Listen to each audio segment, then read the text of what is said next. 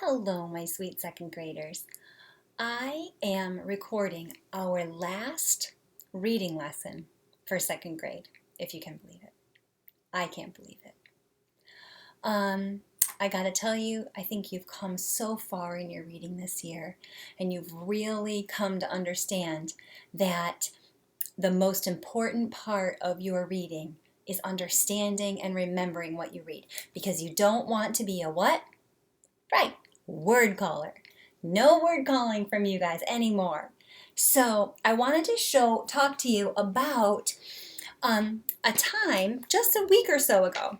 I got this really fantastic magazine, and it is all about the Silk Road. And I bet you think, what is the Silk Road? I didn't know either. I had heard the words, but I didn't really know what they were. And what the Silk Road is, I'm going to show you a map that's in this magazine. It is kind of a pathway that was used hundreds and hundreds of years ago to go between China and what is now Italy. And ideas and religions were exchanged along this road, as well as goods, silk from China and glass from Italy, different things like that. But if you can imagine going along this road, it is desert and mountains. And it starts out in China and it goes through India and into Iran, and it ends, and then the last part of the story that I read, it ends up in, Uzbekistan. And one of the things that I realized as I read, I kept referring back to this map, but this map just had the names of the cities and some of the countries. And so what I'm trying to teach you today is that even if you are a really experienced reader like I am, sometimes you need to use all of those strategies I've been teaching you about. A lot of the names in this magazine that I read, the names of cities, names of countries, I didn't know. So I had to keep referring back to the map in the magazine as well as my globe, so I could keep it all straight. And I'd never heard some of the names before, a name like Tamir and things. And then I was getting it mixed up with another T name. So as I was reading, I had to keep flipping back and I was like, oh, okay, there's that name. That's different than that one. This person was at that time. This person was at this time. I had to really slow down and take my time. It means you're a good reader if you're realizing that your comprehension is getting a little mixed up, or if you're not understanding who one person is, or where that city is, or how is that country placed next to another country. And what good readers do is they take their time. They go at the pace that works for them, using the resources that they need, a globe, referring back to the map, turning back the pages and checking the names and cross-checking and making sure I've still got it all straight. Words in this article, I didn't know what they were. I had to go get my dictionary and look some of them up so that I could understand what I was reading. My point when I was reading this magazine was to learn about the Silk Road. It wasn't just to finish reading the magazine. So that's why I had to stop. I had to keep stopping and referring to my resources. And there were some really cool things in this magazine. This, I thought you would love this. If we had been at school, I would have brought it to show you.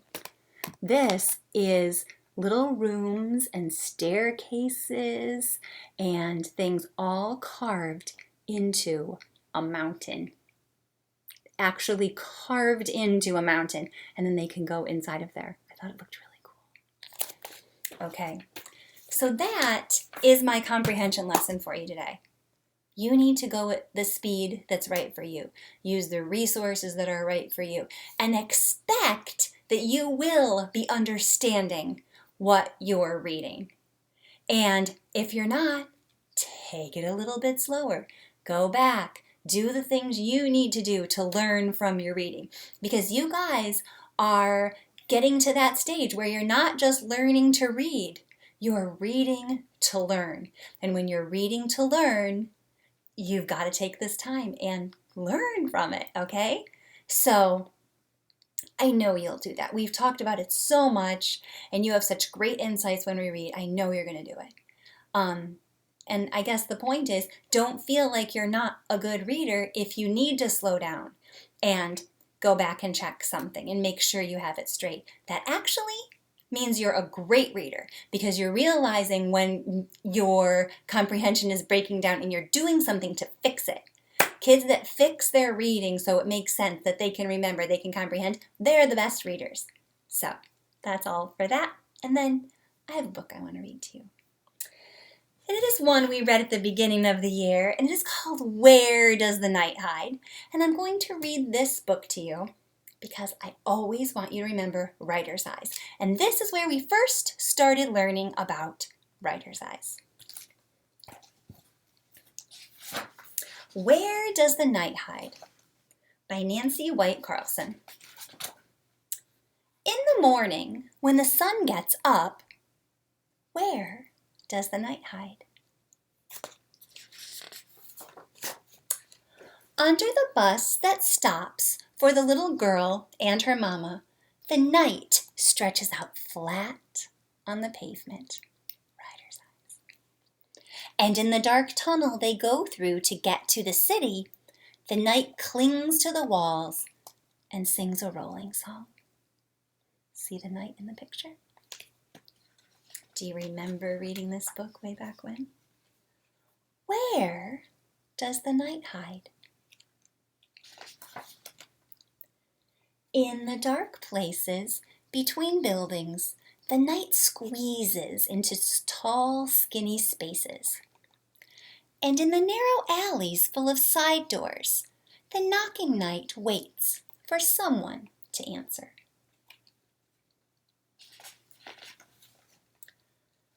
Where does the night hide? Under the sidewalk grate, the night goes deep down into the ground and doesn't say a word.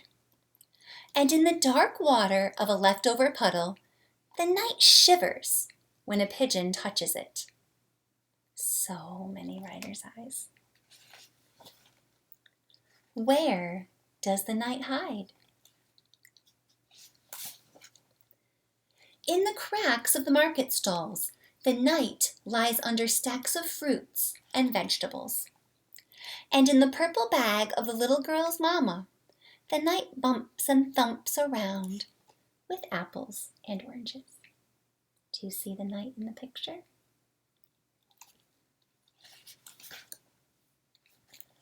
Where does the night hide? In the corner with 3 new kittens, the night is warm and quiet. And in the midnight fur of the mother cat, the night is soft and purring. Do you see the night?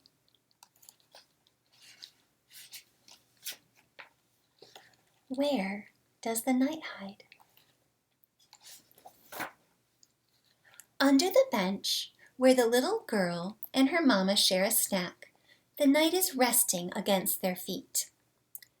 And in the can that holds paper and peelings and throwaway things, the night is trying to get out.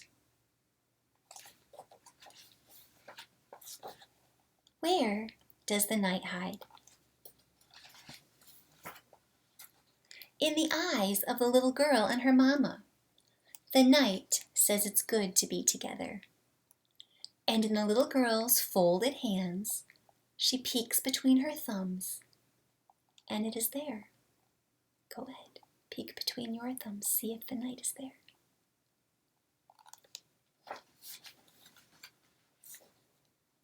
The night is small and safe and going home.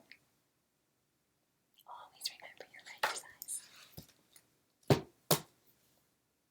Have a great day.